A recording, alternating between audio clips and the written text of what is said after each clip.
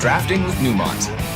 Hello friends, it's time for another Drafting with Numot, another Legacy Cube. War of the Spark, I think drops on Magic Online in a few weeks' time, maybe 2 or 3 weeks, so not too long until we get the new set with all the walkers, but for now, Legacy Cube it is. And we got a few good cards here, don't have much time. Fiery Confluence, Animate Dead, Steam Vents, Badlands, some other cards. What am I feeling? Let's do some nasty red stuff today. Normally you should just stay open at all points and just draft what's open, but I often feel like, I draft so much of the cube. Sometimes I want to just go in and I have an idea in mind of, what I want to be doing. Anyways, to follow up the Fiery Confluence, I could stay open to the idea of a Deceiver Exarch, Splinter Twin, Kiki Jiki. Definitely open to that. Though I don't think it's the best deck in the cube, it is a very powerful deck in this cube. With this Legacy Cube, I think they changed over 100 cards from the previous version of the Legacy Cube, so it does have a different feel to it. I do think blue is the strongest color, but that doesn't mean you can't draft other colors, of course. And, well, again, like I said, I think I want to burn some people out. I think I want to do some red things here. Thundermaw Hellkite is one of the few 5-drops that I enjoy taking in the mono red deck. Got a pretty nice pack here as well, as I'm going to take this Chain Lightning, and then almost certainly, unless somebody else is doing this, going to wheel the Bomat Courier, which is just solid as well. Other good cards in this pack: Everflowing Chalice, Gonti is always a beating in cube, but hard to pass the rate of 1 red mana for 3 damage. The creatures are pretty important for this deck. You always want to get some good number of 1 and 2 drops just for some sustained damage sources, but definitely not necessary. Ooh, this pack not actually very good in my opinion. Experimental Frenzy, a lot worse in a limited environment than it is constructed. So we could look at perhaps one of these white cards here. Both Gideon and Hero of Bladehold are very powerful 4-drops. Do have the opportunity though just to stay open, maybe take the Bloodstained Mire or the Clifftop Retreat if I want. Again, both these red cards in this pack, not ideal. I think Mire probably has the most upside. I'm going to stick with my guns for now. One pack not having a great red card is not a huge deal. Okay, Figure of Destiny and a Zergo here for us. Not going to look at the Chandra. Very good, but too expensive for this deck. And like I said, the 1-drops are more important. I'm going to take the Figure and try to wheel the Zergo. Okay, another nice pack here for us. Monastery, Swiftspear, and Magma Jet. I don't think I'm going to wheel one or the other, but I think I'd rather have the 1-drop than the Magma Jet. Oh yeah, and that's a great sign as we pick up a Goblin Guide 7th pick. This is what I was saying. You really want the early aggressive threats like these in your deck, and the fact that I've already got 3 of the best 1-drop creatures for red is a really good start. So let's see if we can follow that up with some good ones. Okay, Greater Gargadon's not a card that I hate. It's a pet card of mine. I don't think it's particularly great, but it does have some good synergy with things like Goblin Rabblemaster, Legion Warboss, etc. Here, though, I'm just going to take the Scrap Heap Scrounger over the Lightning Strike. And I already have that Bloodstained Mire, which, again, can pay dividends. I'm probably not going to run any basic swamps in this deck, but if I pick up like that Badlands on the wheel, or maybe a Blood Crypt or something like that, Scrounger does have some minor upside along with the Bloodstained Mire. Plus, Mire can also be good for, say, Grim Lavamancer if I do pick that up somewhere along the line. Wheeled the Rampaging Frostodon out of our opening pack. That was exactly what I was hoping for. And yeah, this deck looks great so far. Pack 1 has given us all the goodies that we're looking for.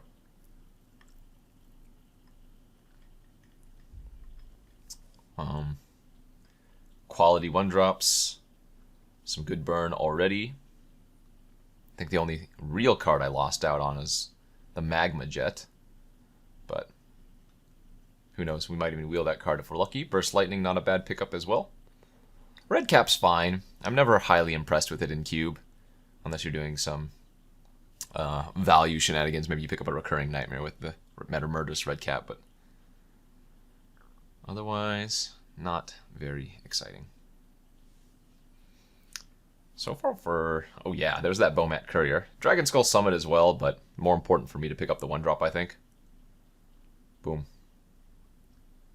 This is great. 4 good 1-drops already is kind of crazy. Like, you don't necessarily expect to pick up this many 1-drops. You know, in your entirety of a red draft. I don't remember what pack Zergo was in. I'm going to go ahead and take the Frenzy here, though, because I am keeping my curve really low. And wow, 5 1-drops of the first pack. Bingo, bango, bongo. It's possible I end up running this Frenzy. Oh, and we wield the Magma Jet. Literally every single card. Okay. That's the nuts.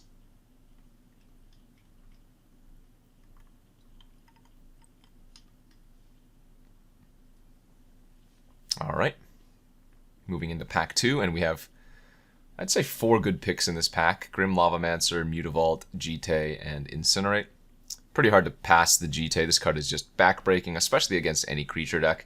Given the fact that I already have so many early creatures as well, just going to be the card that I take. Would not be entirely surprising to wheel all 3 of these red cards, but don't really mind what we do end up getting back out of that pack.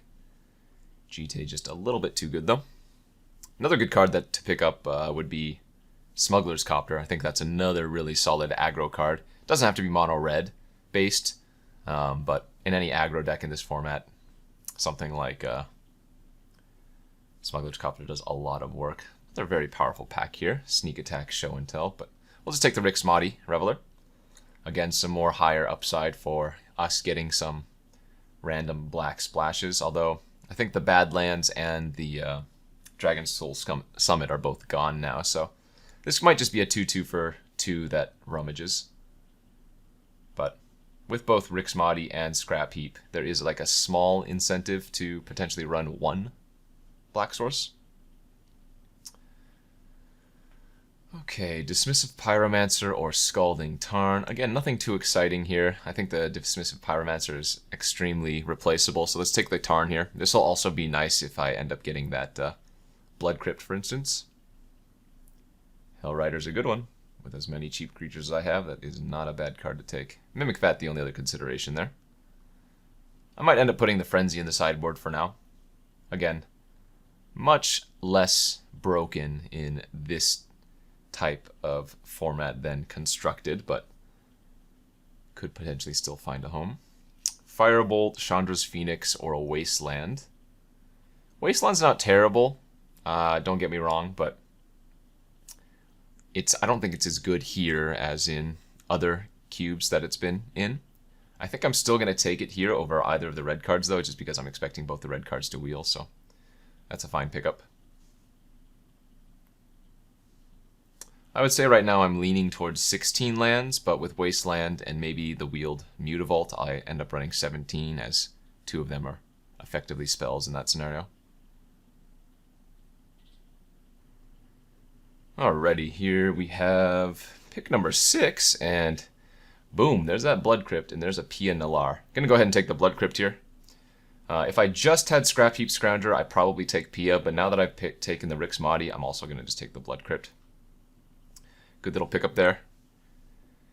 And yeah, this is really coming together nicely. I actually think mono white is a little bit better than mono red in general, but it's always nice to be in the open colors. Like if you just have the ideal mono red deck, well, it's going to be hard to beat. Ooh, Sulfuric Vortex. Now we have both ways that negate players from gaining life, the Rampaging Ferocidon and the Sulfuric Vortex. Some really good 3-drops and some really good 4-drops here as well, as we have Thunderbreak Regent and Stoke the Flames. I think here I'm going to value the Stoke a little bit higher than the Regent, as I already have a ton of good creatures at the low end, and I want to pick up a little bit more Burn, just for some extra reach at the end. Okay, as expected, we did wheel all 3 of the cards I was talking about. Lavamancer is probably going to be my pick here over Mutavault, but I think it's probably close. Incinerate's fine, but we have other burn spells already, so let's take another one. Alright, and some random cards that we're not going to play. Dismissive Pyromancer, again. Replaceable, not very good. I took something else over it, I don't even remember what at the time, and now we're probably going to just sideboard it. Given that we're at 18 playables already, I don't think it's going to be hard for us to find enough playables, since we still have an entire pack left to go. It's very possible I end up cutting Thundermaw Hellkite too, as weird as that seems. Unlikely to run Tech Edge, just strictly worse version of Wasteland, and yeah, we wield both of the red cards. Firebolt or Phoenix. I'm going to go with the Phoenix here now over the Firebolt, but both fine options. Okay, and let's see. I don't know if there are that many other 1-drops we can actually pick up. There's a Young Pyromancer here, a Phyrexian Revoker. Pyromancer is just medium in my deck, as I've gone more of a creature-heavy strategy than a spell-heavy strategy. Let's see, we have 1, 2, 3, 4, 5 right now cards that trigger the Young Pyromancer. I think I'm just going to lean on Revoker. You're almost going to always find something to hit with this in Legacy Cube anyways, so that seems like a fine pickup. Another very good pack here. Fractured Identity, I think just the strongest card in this cube now. This card is so busted. 5 mana, exile target non-land permanent, so you get rid of your opponent's best card that's not a land, and then you get a token of it. So crazy. So many times, you know, I've exiled Consecrated Sphinx or just a random Planeswalker, and you basically win on the spot. That's how good that card is. But for us, I was talking about Smuggler's Copter early in the draft, and now I'm going to have the opportunity to take it and probably still just wheel all these red cards anyways. So, great pickup. Happy to see it. Blackcleave Cliffs in the pack, but we'll take the Legion Warboss. And given how late those other black-red lands were giving in pack 1, wouldn't be surprised to wheel that, but nice pickup here. And another good 4-drop. Okay, Chandra it is. Fire and Ice, Lava Coil, Inferno Titan, Hall of Triumph. Hard to pass this Chandra. Firedrinker Satyr. It's not the 1-drop you want, but it's sometimes the 1-drop that you must play. But given the fact that I have, what, 6 1-drops already, this is not as necessary. I'm still going to take it here, as it's better than Mizzium Mortars and Avalanche Riders, but you know, I could certainly see not running that if I really wanted to. This is one of the best mono red decks I've ever had for Legacy Cube, by far, as we get an Arc Trail here. Nice little pickup. So I think what I'm going to end up doing is probably just sideboarding the Revoker and bringing it in post board. And man, I really want to go 16 land. We'll see though. No playables here for us. If I go 16 land, I want to cut the Hellkite. And remember, Stoke can be played versus via Convoke rather, so kind of like a 1 or 2 drop if you kind of think of it like that. Collected Defiance, that's a card I might end up running. 3 damage to the player, 4 damage to a creature is not bad for 4 mana.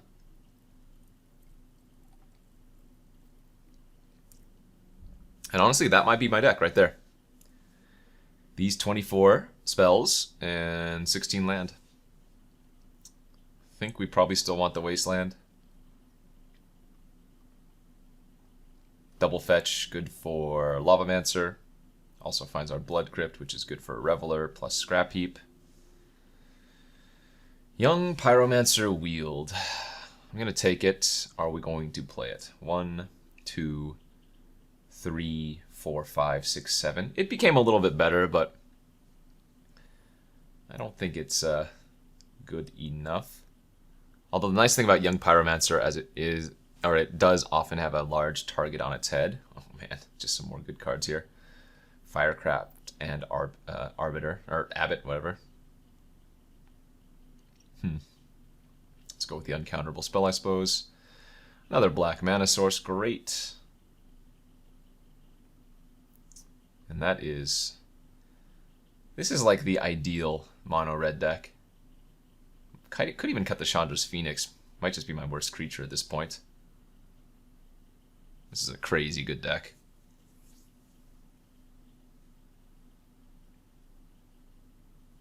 There's the Lava Coil. We'll take the Hall of Triumph.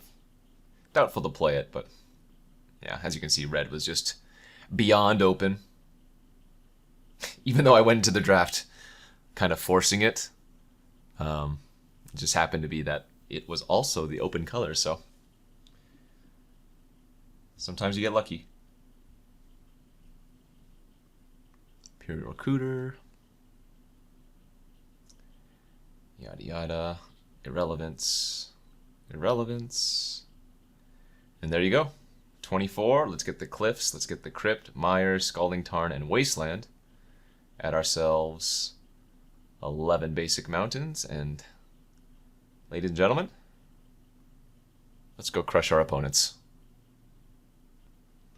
And here is round 1 of this Legacy Cube draft. We are on the draw. London Mulligan is actually in effect right now, which means instead of going down a card every time you mulligan, with the London Mulligan, you get to redraw your 7, but then for every time you mulliganed, you put a card from your hand on the bottom of your library. So, kind of interesting.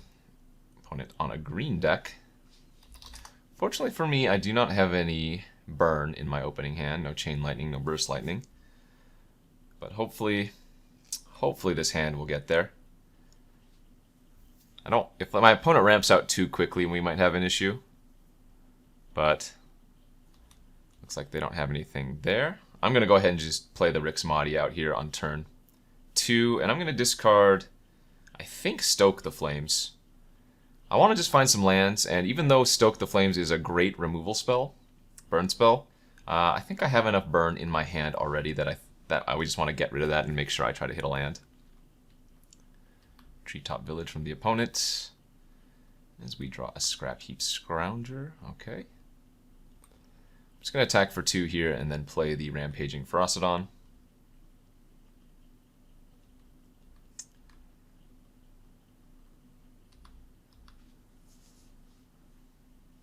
Would really like to hit another land next turn. If I hit land number 4 on curve, I don't think we can lose this game very easily. Bada boom, bada bing, baby. Alright, so they do have Treetop Village active, which means I need to play it a little bit careful. But we have a kind of a free roll here. I'm going to go and run out the Jite, and I'm going to equip the Rixmati Reveler here. If they have a removal spell, they want to kill the Rampaging Ferocidon here instead anyways.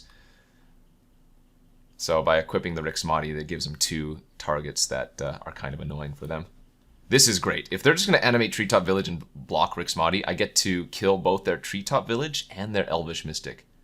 And you guys will see the power of the Umezawa's Jite here in a second. And that is 100% what I'm going to be doing. And honestly, that might just be game over as it is. Jite was like a double Stone Rain there. Alright. No plays from the opponent again. I have a lot of options this turn. I think the best bet is just to get the Planeswalker on the battlefield. And then uptick and equip the Jite. Now remember, I do not get to gain life with the Jite because of the Ferocidon. But, I mean, in this position now, I can kill basically any creature the opponent plays. And we have some just solid backup, so pretty good, I would say. Black-green. They could be on some pseudo-reanimator strategy. Black-green is often more mid-rangey. I don't think we need to sideboard very much versus them. I think we just run it back and count our blessings that we have such a good deck. Okay, after a blazing game 1, here we are for game 2 of round 1. Again, we don't have any 1-drops in our opening hand, which is super awkward. But the fact that I have Umezawa's Jite again means I kind of just have to keep it. The card is just that powerful, especially versus a green-black strategy. Presumably a green-black strategy anyways. Looks like this time we might actually Rixmati away one of these extra lands. As the opponent starts off with some good ramp. Okay. I might actually discard the Defiance now. I want to play it safe. I want to make sure I have the 4th land so I can play and equip in the same turn.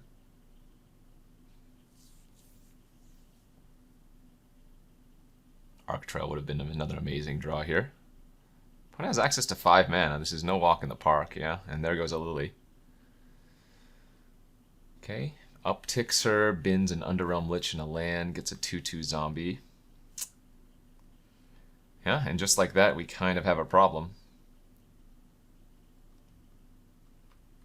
Gonna play out the GT now, but turn 3 Planeswalker, turn 3 5-drop Planeswalker.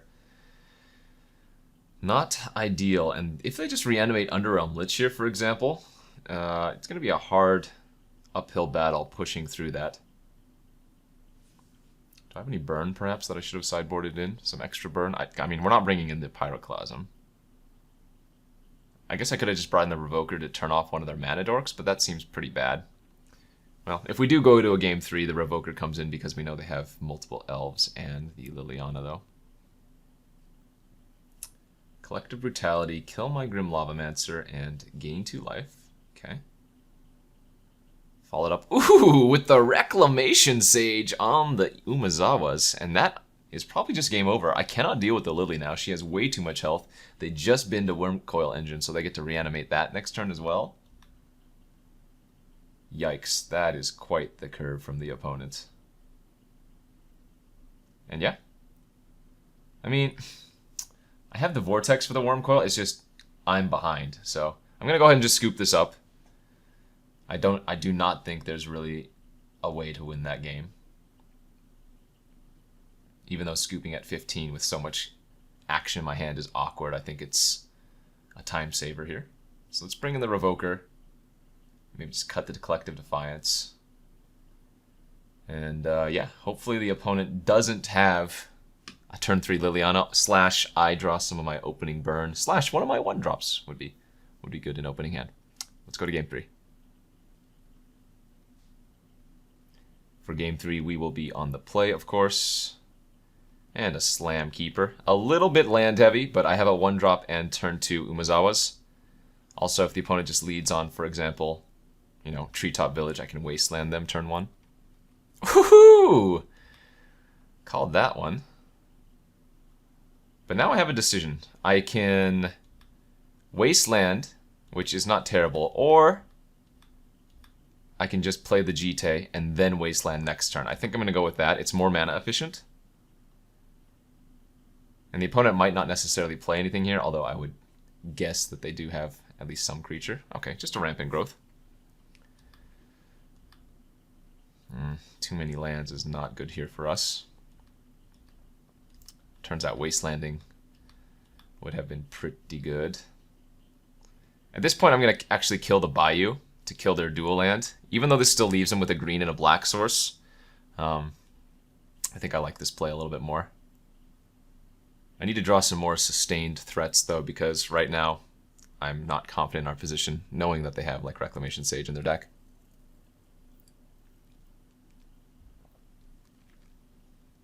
Let's draw like a Legion War Boss.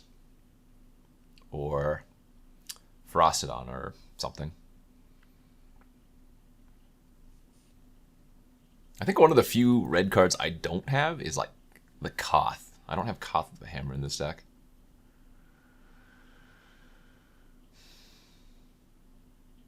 Okay, here we go. 2 mana Devoted Druid. That is fine. Swift Spear was a good draw. And I think what I'm going to do here is preserve the counters on my GT and just Arc Trail away their Devoted Druid.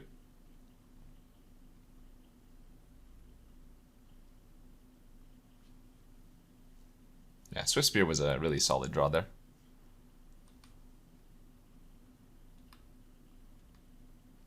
I'm gonna get up to 4 counters here, so let's pump some damage right now. Let's add the 4 damage. Get him to 10.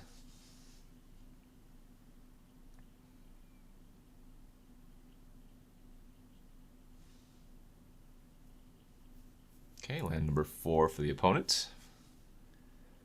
And they have Garruk Relentless. Okay, that's kind of annoying. So they can shoot down the Swift Spear. Oh, they're just going to make it a token. That's also fine. So, how do I win?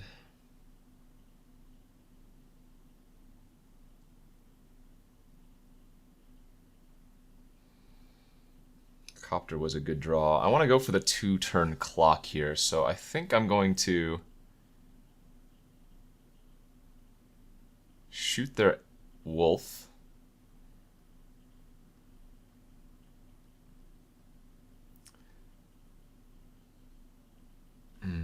Equipping.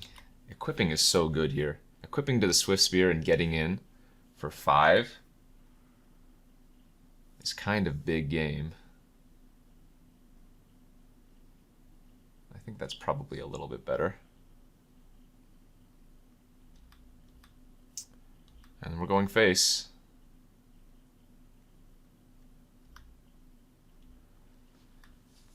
So we're only 1 damage off of killing them with Exquisite Firecraft.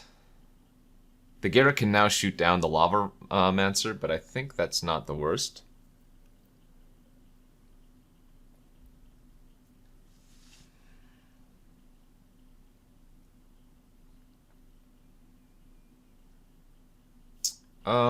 What I could have also done is use the original 2 counters on the Jite, kill the wolf, play the Copter, and that would have attacked in for 3. Yeah, that doesn't seem as good. Although it does preserve the cards in the graveyard.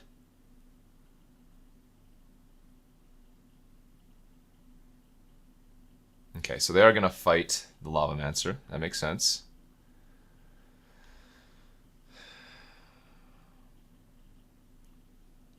Just need to find 1 point of damage. And that should do it. Even if they make a 2/2 here, we can give -2/-2 to the zombie, hit him for 1, and then ping him for 4. Also, that works, but...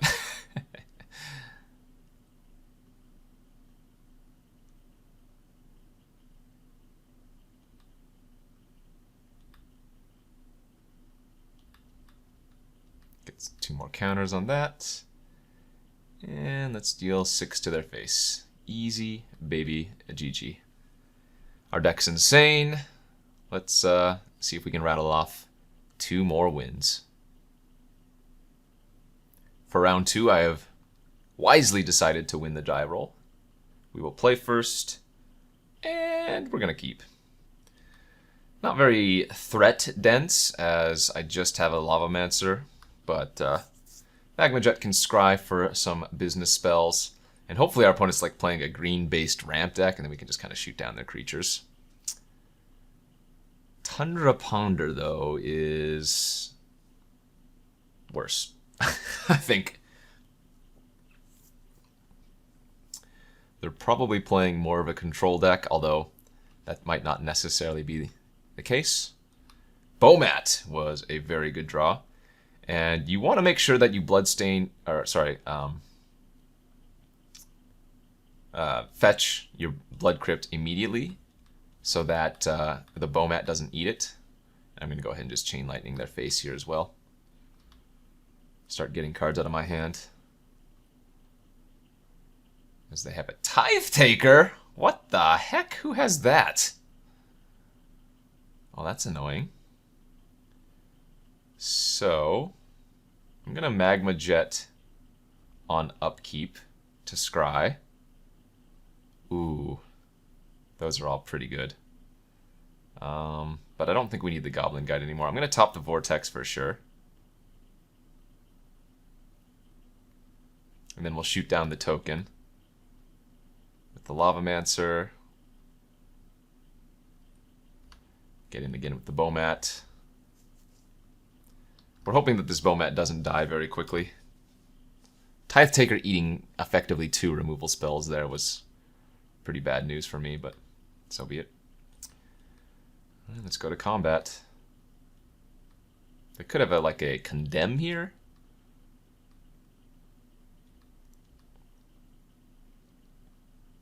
I'm going to guess they have a removal spell, though. Or a counter, rather. And so I'm just going to fire off Arc Trail. 2 to them, 1 to me. I should have actually held back my Lava Mancer if I was going to make this play. But I don't want to run the Vortex into a counter.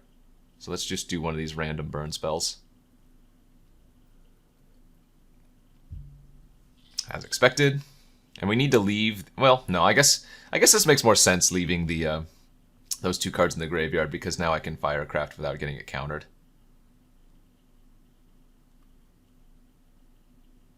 Ooh, a Sword of War and Peace. Alright, so hoping to hit a land here.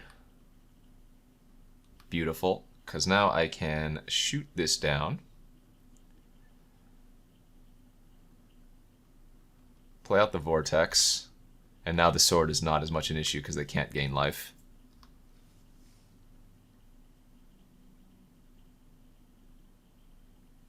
Caracas is not a problem. Gideon is pretty annoying. Okay. Let's see. Can they kill me? They're pretty close. I can kill Gideon here, but we, I think, just want to go face at this point, right? Because I kill him in 2 turns, yeah. So let's Exquisite their face. Burst Lightning their face. And then they die next turn.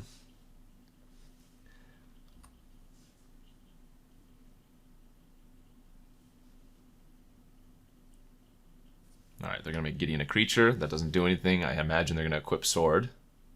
But because of the Vortex, they don't actually get to gain any life. So even though I do take 8 damage here, unless they had a Time Walk, which they can't cast, we just kill them.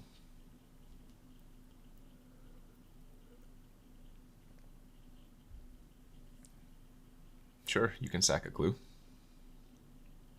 You don't gain any life, my friend. No life for you.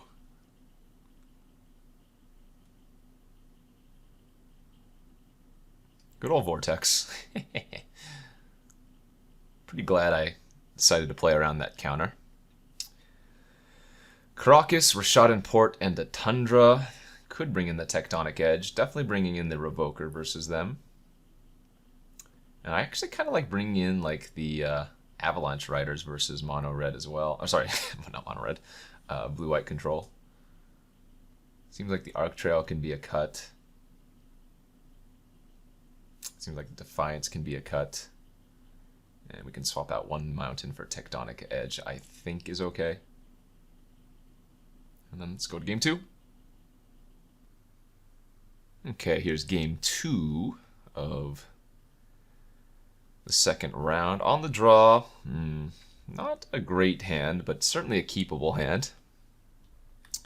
This little Bomat Courier is going to have to do a lot of work. Ooh, a Mother of Ruins! Ay, ay, ay. Well, that's actually a problem.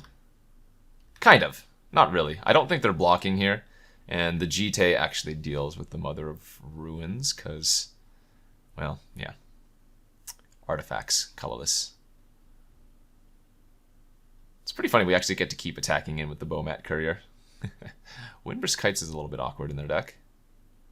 Ah, I see. They also have that. Okay, well.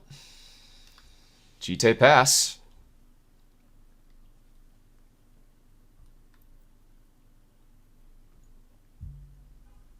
They have somehow turned into a white-blue weenie deck. We're really hoping they don't have like a Geist of St. Traft here. Tithe Taker is not the worst. And a land tax. Well, that's not as good when you're on the play. Alright. We should be okay now, as Jite is pretty darn good. More than happy to trade off my Bomat Courier here for this.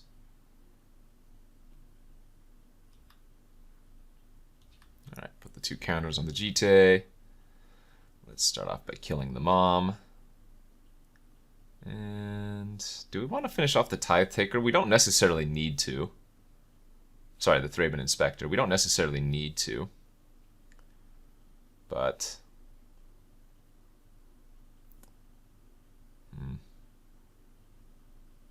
yeah, we're not going to. I'm gonna leave the counter on the Jite, and that way I can equip it to the Goblin Guide and attack through the Tithe Taker next turn. There's their Sword of War and Peace, but that is not gonna be enough here, as Jite is just way too good, my friend. They can't double block, because I can just make it a 4/4. Alright, they did draw planes. That's fine. We'll just make it a 4/4. And then gonna go out and play the land. Let them land tax. And then we'll magma jet whatever creature they equip with the Sword of War and Peace here. The thing is they can double equip, but since we have the Jite and the magma jet, we're pretty insulated.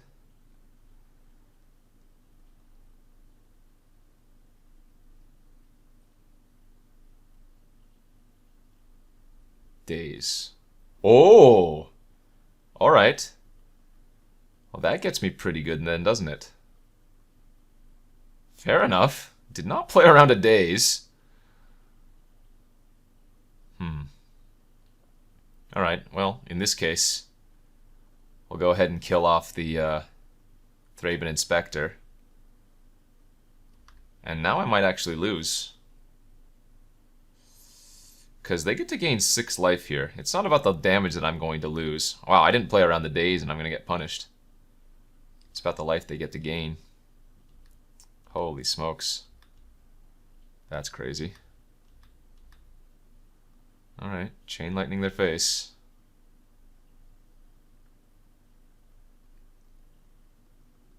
I think I'm going to stoke their face as well. Just getting cards out of my hand so I don't take too much from the sword, but they're about to gain like 10 life here. Oh my gosh. We need to do our Ferocidon or our Sulfuric Vortex again. Wow. That's brutal. They're going to gain 11 life. They sack their clue. Alright, they go up to 27.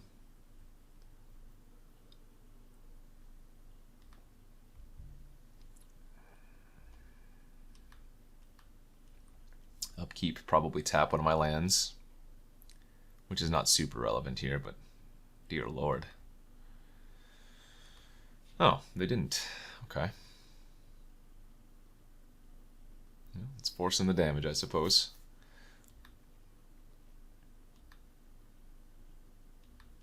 That's crazy.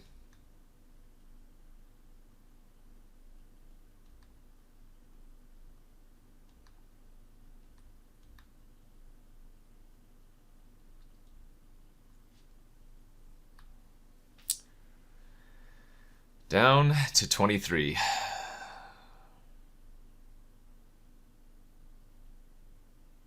Jeez. Okay. Well, that's actually not that bad now that I think about it.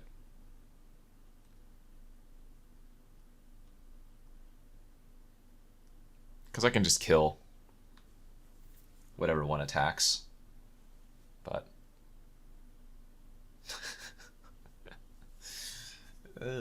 Sword of War and Peace gaining a lot of life with land tax is quite the combo.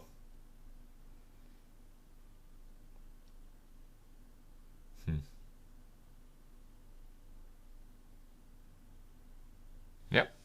Nothing really to say, just got wrecked by days.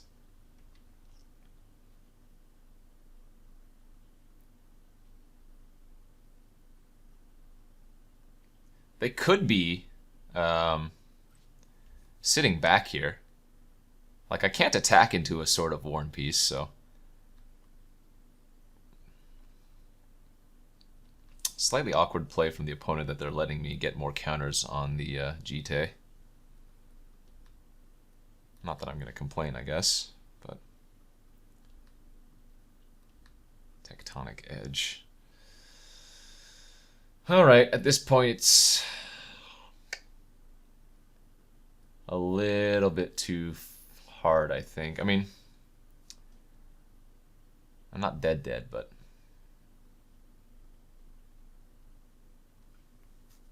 it's not going to be easy.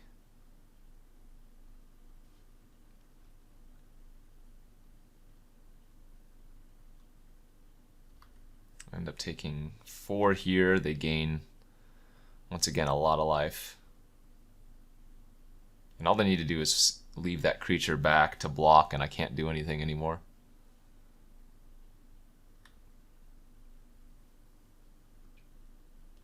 Do I have anything? I guess I need to bring that Arc Trail back in from the sideboard. I didn't think it was going to be good here, but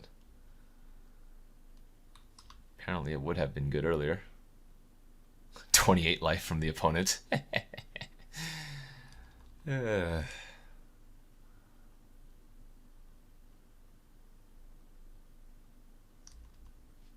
think if they just play Brightling, I can't win. Not that I can win this game anyways, but yeah, Brightling just bounce back to their hand so I don't get the counters on the GT.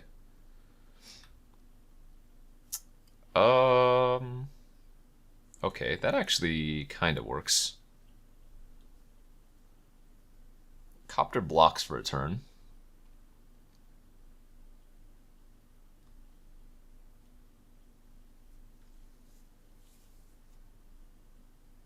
I feel like I should have conceded a while ago, but we're not technically dead. I feel like they should also attack with Brightling, maybe not. Okay. So Crew with the Zergo. Dead to any removal spell on my Copter, but it looks like they don't have it.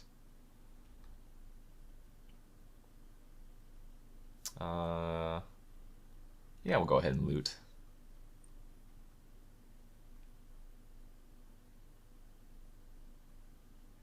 Okay, they return it to their hand.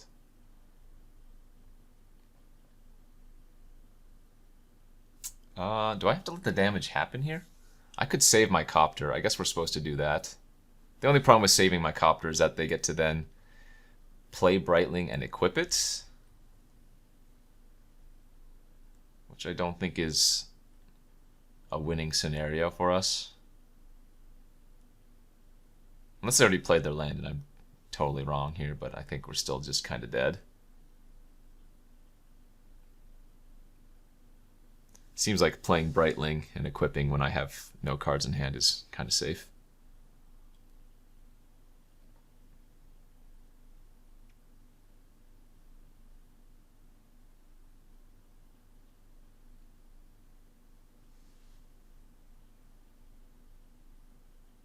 Nope, they're doing something else here, maybe.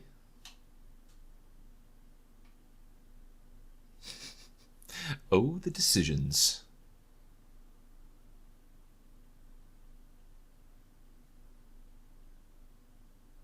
I don't remember. Could I have played around that daze on my turn?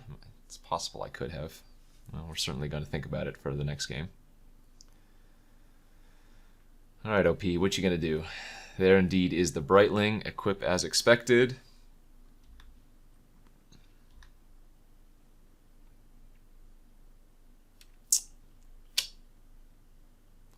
And that's probably just time to concede. Alright, game plan. Our opponent does not draw their Sword of War and Peace. Or if they do, I draw my Revoker. I guess I want to bring the Arc Trail back in too. Thought they were going to be more control-y, but apparently they're not. So let's take out the Avalanche Rider.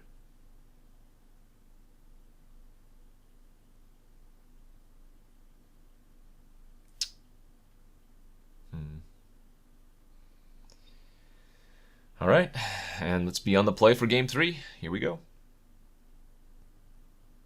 Game 3, Round 2, GT versus Sword of War and Peace. We're on the play, and we have a decent hand. Turn 1 Goblin Guide here, attack you for 2. Reveal a Containment Priest, that is fine. No plays from the opponent, that's what I like to see. And let's go land. Let's attack for 2 again. Play Grim Lavamancer. Can Burst Lightning, whatever they play this turn. Wall of Omens! I lied. I cannot. I cannot Burst Lightning that, and the card is very large.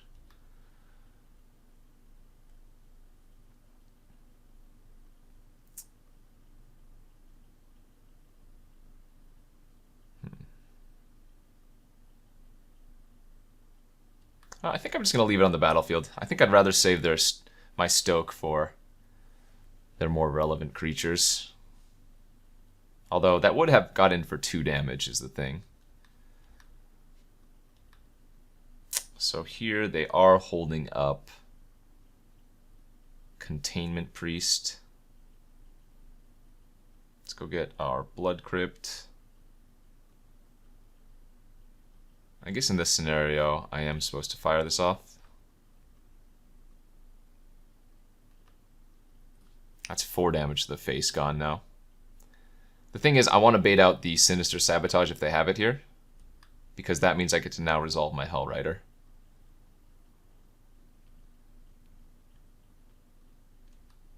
And so we're going to get in for 6 damage next turn. As long as they don't have days. Wow, they have the days as well? Oh no. Opponent straight perfects. Oh gosh, that might cost us the game. They just had the double counter turn. Kind of crazy. Okay, how do we play this now? They have Containment Priest in their hand.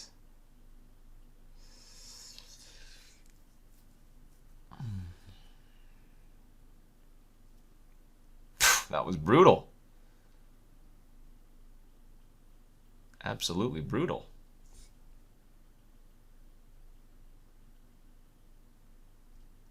Alright, let's play Swifty. We can attack with both Guide and Swift Spear.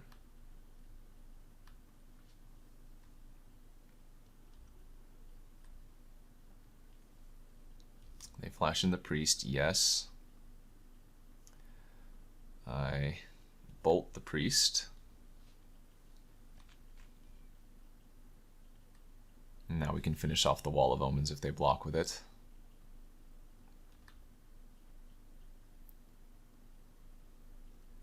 Remove the non-instants and sorcery so that our Exquisite is still online.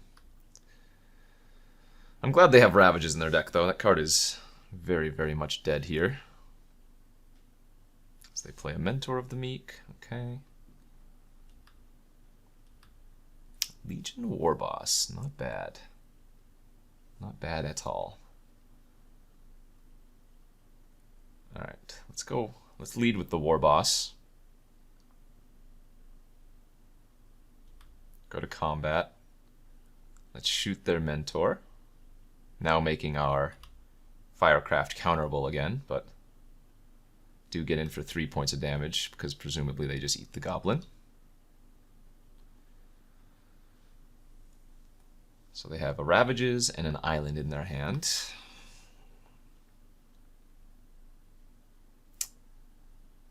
This is where they have Gideon mana.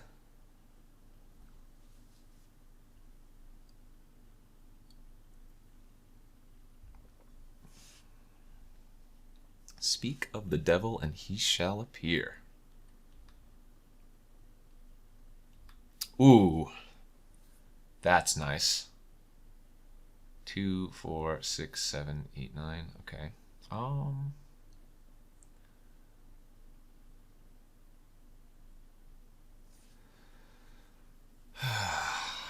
do I want to play this? These creatures have to attack Gideon this turn, so as weird as this is, I think I actually Firecraft the Inspector.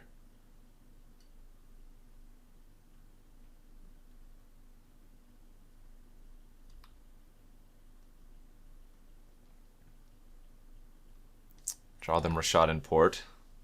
Hope that they don't have Wrath.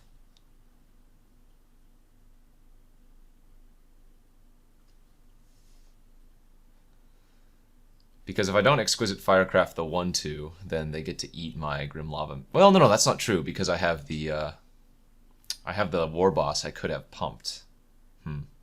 Oh, interesting. I didn't think about that actually. Maybe that was a mistake on my part. There's that Sword of Worn piece too, but it might be too little too late. Oh, and we drew the Revoker for it too. So we pre-combat the Sulfuric Vortex to pump our Swift Spear. and we just attack them with everything. And I think that's lethal. Pretty sure it's lethal.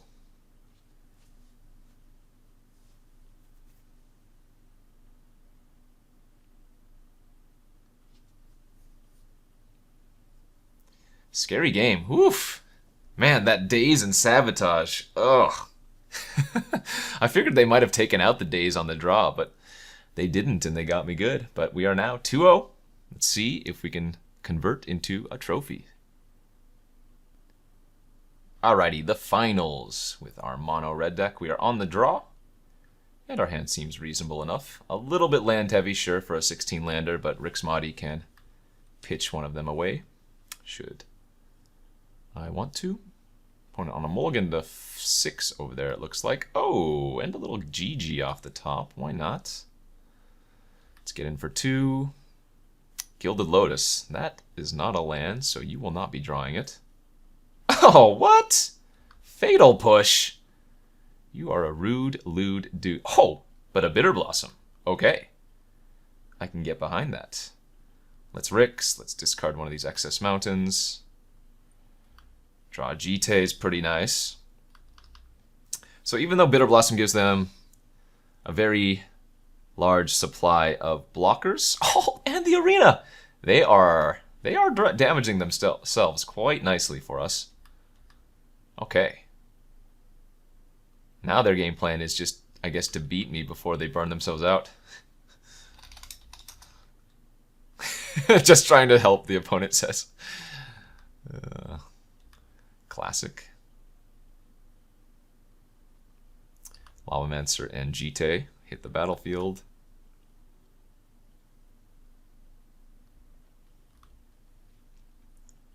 One of their 4 cards in hand is Gilded Lotus.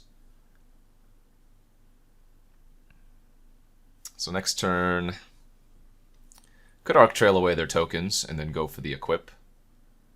Doesn't seem unreasonable. Could also just equip and attack with the Rix. I think that's going to be my line. Equip, attack with the Rix, see if they have a removal spell. Not very uncommon, or not very unlikely that they wouldn't. If we go to damage, hey, that's great.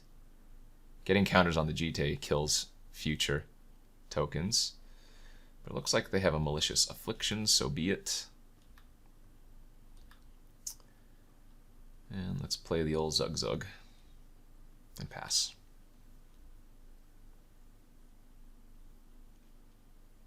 I mean, they're already at 13. I have 6 points of burn to the face in hand. I have another 6 points in Grim Lavamancer over the course of 3 turns, so I think at this point everything is just going upstairs.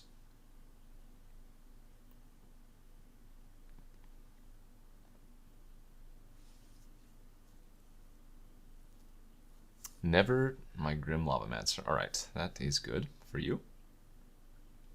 Not going to get the Blood Crypt anymore. Just going to get the Mountain. Rixmati's already in the graveyard. And we're going to be exiling quite a few cards anyways. So the Scrounger's not as super relevant here.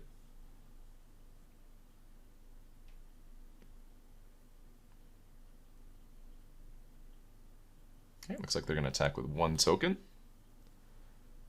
That is fine. Ooh. Well, that's a pretty nasty draw, isn't it? I guess we're going to just play the Hellrider now. And hit them for at least 2 damage, if they decide to double chump. If they block and kill Zurgo, then they go to 6, and then they go to 4 from the Bitter Blossom Arena. So the Stoke will just be lethal. Not to mention, they're just dead in 2 turns after this turn to the Blossom Plus Arena. So, really put them in a hard spot here.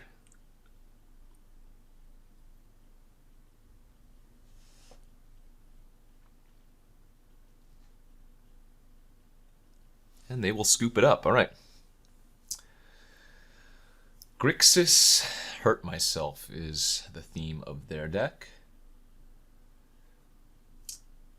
Looks like Hellkite can come in. You don't want to bring in like a Pyroclasm versus that. It's just not very good. We'll just take out the Collective Defiance again. I don't mind having like one 5-drop in a 16-land deck. I think that's probably okay. And yeah, we'll submit this and go to game 2 of the finals. Let's take it down. Alrighty, game 2 of the finals. We are up a game. We are on the draw again. I have 4 1-drop cards and a 5-drop. I'm going to go ahead and keep this. This is risky bisky. But with 4 1-drops in my hand, I think we can give this a shot. Deck, don't fail me now. Nice. All right. Let's lead off with old Zug Zug here. The most stable threat. Get in for 3 damage next turn. Play Swift Spear and Fire Drinker. Really, all we need is 1 more land, probably, to go off. What? Spellskite? That's not fair. Okay, that Wasteland was kind of an absurd draw. I think here, I'm going to Wasteland their bad land and just play Fire Drinker and pass. Seems like taking them off their mana is also pretty good. And a Maze of Ith! That's funny. Alright, well, I'm a pro. Look at that. Rattle off 3 lands in a row after keeping a 1-lander. Gonna play a Swift Spear. Gonna attack with everything here. They'll block, yes. They'll go ahead and maze my Fire Drinker. And so, knowing that they have Fatal Push, I'm actually supposed to let the damage resolve here before Burst Lightning, because even though if I Burst Lightning, I do add a point of damage to the Swift Spear, knowing that they have Fatal Push, they could then kill the Zergo, and then they would still have their Spellskite. So, I think this is the correct order of operations. And we're just going to kill our Swift Spear here. We have no ways to trigger it, so it's less damage than either of these other 2 creatures now. Look at that. Kept a 1-lander and had 4 lands on top of my library. If that's not professional, I don't know what is. Extreme luck. But hey, we'll roll with it. And play a good old Ferocidon.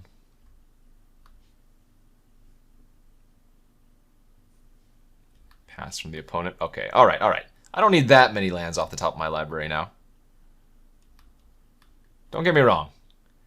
5 is good, but any more than that, and I'm not a happy place.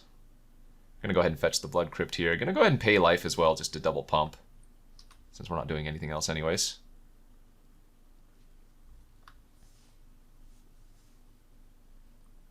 Seagate Oracle from our opponent. That's fine. Okay. Jite, not as good versus Maze of Ith as I would like, but that's fine. Let's play out the Thundermaw. If I attack with everything, they block here, they block here, and take 5. Or if I attack like this, they block here, block there, take 3. I think we want to preserve our Fire Drinker Satyr until next turn, since it can trade with the Seagate Oracle with a pump. So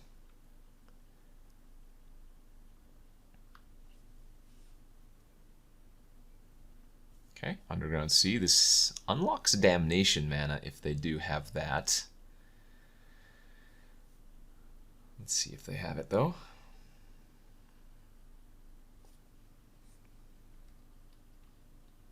Needed that red mana. Alright, and we got him.